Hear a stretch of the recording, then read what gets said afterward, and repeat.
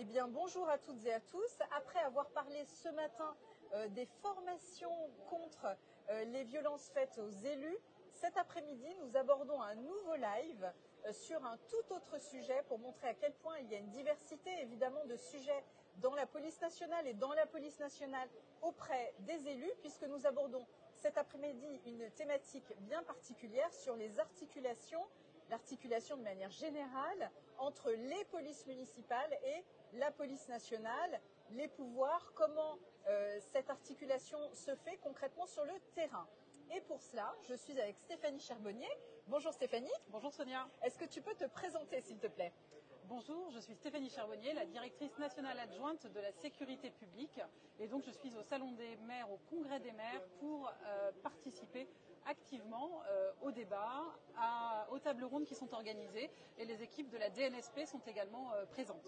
Alors la sécurité publique, c'est-à-dire c'est une direction nationale qui représente l'intégralité de tous les commissariats. Ils sont plus de 250 sur tout le territoire national, qui sont au plus près des élus, au plus près des territoires, et qui est représentée par donc la directrice adjointe Stéphanie Charbonnier. Donc tu as parlé de la raison d'être de la police nationale et particulièrement, singulièrement de la sécurité publique ici au Congrès des maires. Est-ce que tu peux nous en dire un petit peu plus justement sur cette articulation entre les polices municipales et la police nationale, en l'occurrence la sécurité publique? Alors les polices municipales sont aujourd'hui extrêmement développées puisque pour ne parler que des zones police, cela représente 15 000 agents qui sont affectés sur des municipalités ou de l'intercommunalité et qui œuvrent au quotidien à la sécurité, la tranquillité publique, au maintien du bon ordre aussi sur un territoire. Donc on est vraiment sur des acteurs de partenariat très importants avec la police nationale. Ce sont des agents avec lesquels les policiers de la filière sécurité publique interagissent au quotidien sur les sujets de la sécurité. Donc tu parlais de 15 000 agents pour que vous soyez au courant et vous donner un ordre de grandeur. 15 000 agents en zone police des polices municipales, mais les policiers, d'une manière générale, représentent 150 000 agents. Donc c'est une force qui est quand même non négligeable et relativement importante. Tu me parlais tout à l'heure de troisième force de sécurité intérieure. Oui, c'est ça, c'est la troisième force de sécurité intérieure, la police, la gendarmerie et puis les polices municipales. On est sur des agents qui, au fil des années, se sont professionnalisés grâce à la formation, exercent des fonctions, des missions d'agents de police judiciaire adjoints, donc avec des prérogatives judiciaires, alors circonscrites, puisque ces policiers municipaux ont une compétence d'attribution. Alors, une compétence d'attribution, qu'est-ce que ça veut dire? Ça veut dire qu'ils ne peuvent intervenir que sur certaines catégories d'infractions bien déterminées. Ils ne conduisent pas d'enquête, ils ne participent pas au maintien de l'ordre non plus, c'est très important. Certaines polices municipales sont armées, d'autres ne le sont pas. En tout état de cause, c'est vraiment une police présente sur le terrain, très au contact de la population et qui agit en parfaite complémentarité avec la police nationale.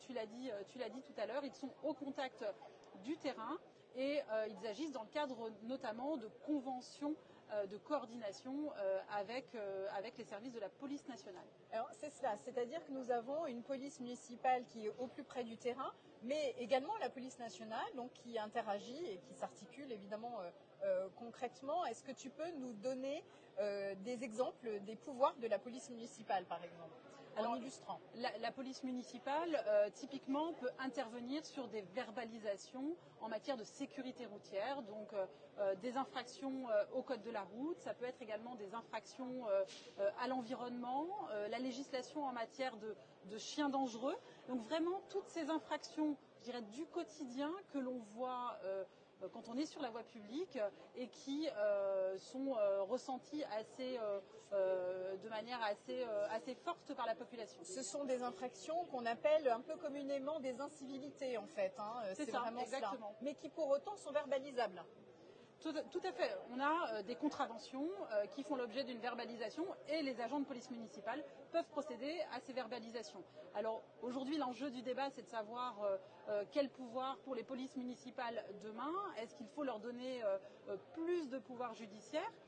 Donc ça, c'est un débat qui est très très intéressant et auquel la police nationale participe activement, puisque c'est aussi notre quotidien qui est impacté par ce sujet. Et il est très important, je crois, de garder à l'esprit cette complémentarité, cette interopérabilité entre les forces. Il ne faut absolument pas avoir des polices concurrentes. Il faut avoir une police nationale qui représente l'État, la puissance publique, et puis les polices municipales qui sont territorialisées et rattachées au maire, avec des compétences judiciaires très définies, qui ne doivent pas je dirais, entrer dans des enquêtes de longue haleine, ce n'est pas leur vocation, mais en revanche, qui peuvent verbaliser sur le terrain un certain nombre d'infractions. Qui peuvent concourir, évidemment, in fine à la paix publique.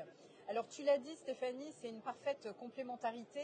Tu as dit également, puisqu'on est en plein dans l'actualité, le ministre de l'Intérieur, hier, a parlé d'aller jusqu'au bout de ce que nous offre la loi en termes de pouvoir pour la police municipale.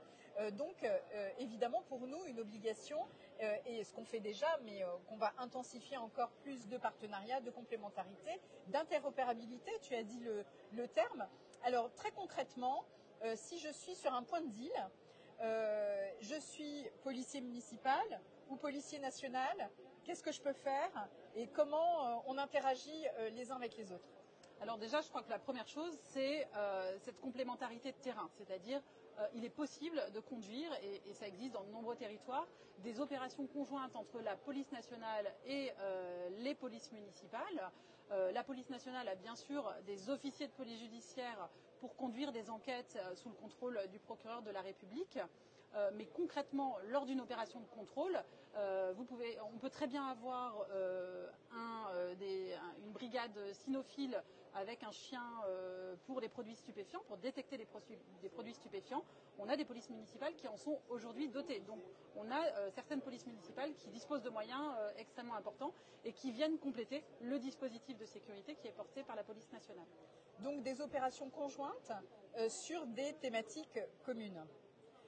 Est-ce qu'on peut aborder un petit peu les groupes de partenariat opérationnel, les GPO, qui sont des, je le rappelle pour ceux qui nous écoutent, des réunions dans lesquelles se trouve autour de la table l'intégralité des acteurs de terrain pour résoudre des conflits.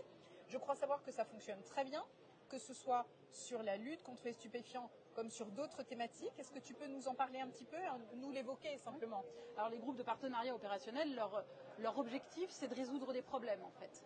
Donc on est bien sur les thématiques du quotidien, sur ce qui préoccupe les citoyens.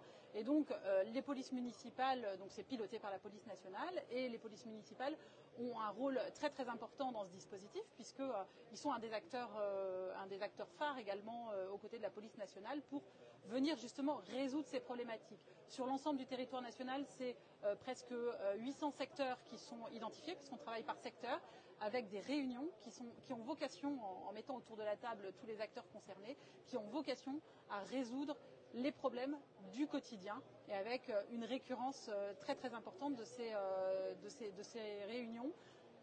Le cœur du sujet, c'est le partenariat, et c'est se parler entre acteurs de terrain et trouver des solutions au bénéfice des citoyens. Alors c'est effectivement une illustration parfaite du travail de tes services sur le terrain avec les maires, les polices municipales, les bailleurs, les transporteurs publics, enfin l'intégralité des partenaires, des associations même de quartier qui participent à la résolution de conflits dits de proximité, en tout cas du quotidien, du petit trafic de stupes visible du point de deal, donc jusqu'à des squats ou des problèmes de stationnement sur un quartier, les jours de marché, etc. Des thématiques extrêmement variées. Et cette complémentarité va être intensifiée dans les mois à venir. Est-ce que tu as des perspectives, notamment peut-être demain, puisqu'il y a une relance du Beauvau des polices municipales? Est-ce que tu peux nous dire un mot des perspectives? Alors, je laisserai le soin au ministre d'annoncer bien sûr les grandes perspectives qui nous attendent sur cette thématique.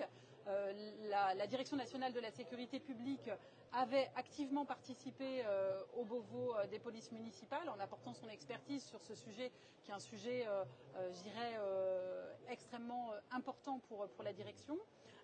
Donc évidemment, on est très attentif aux annonces qui seront faites par le ministre, puisqu'il y avait déjà beaucoup de choses qui avaient des perspectives de projets d'évolution qui avaient été travaillées.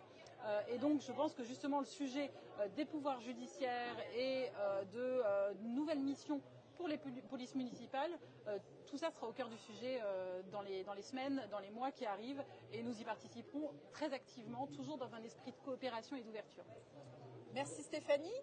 Eh bien, de quoi nous rappeler que la sécurité est l'affaire de tous, évidemment de la police nationale, mais de toutes les forces de sécurité intérieure, et les polices municipales en font partie. Merci de nous avoir suivis. Nous nous donnons rendez-vous pour un 3e live demain matin en direct du Congrès des maires, qui aura trait au numérique, à l'accueil numérique particulièrement. Donc on est sur un autre volet de la complémentarité et des services que l'on peut offrir évidemment aux élus. Je vous dis à demain et n'hésitez pas à venir nous rencontrer sur ce magnifique corner de la police nationale. Nous sommes très nombreux à vous accueillir et nous avons aussi des conférences débats sur l'Agora et sur les salles qui sont réservées pour les élus. Donc n'hésitez pas sur toutes nos thématiques. À très bientôt.